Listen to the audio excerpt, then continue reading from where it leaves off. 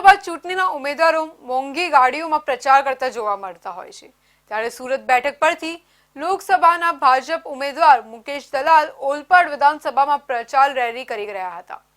ત્યારે ઓલપાડ તાલુકાના અરિયાણા ગામે શણગારેલી બળદગાડીમાં મંત્રી મુકેશ પટેલ સાથે ગામમાં પ્રચાર રેલી અર્થે નીકળ્યા હતા।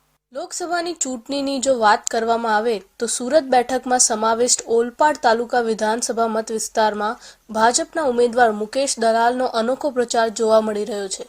ઓલપાડ તાલુકાના સિવાન ગામે ઉમેદવાર મુકેશ દલાલ તેમજ મંત્રી મુકેશ પટેલ ઘોડા પર બેસી ચૂંટણી પ્રચાર રેલી કાઢવામાં આવી હતી અને ત્યાં સભા સંબોધી હતી। જ્યારે ઓલપાડ તાલુકાના કાંઠા વિસ્તારમાં આવેલા અરિયાણા ગામે બળદગાડા પર સવાર થઈ ચૂંટણી પ્રચાર કર્યો હતો। બળદગાડામાં વન પર્યાવરણ મંત્રી મુકેશભાઈ પટેલ, ભાજપ ઉમેદવાર મુકેશ દલાલ સવાર થયા હતા।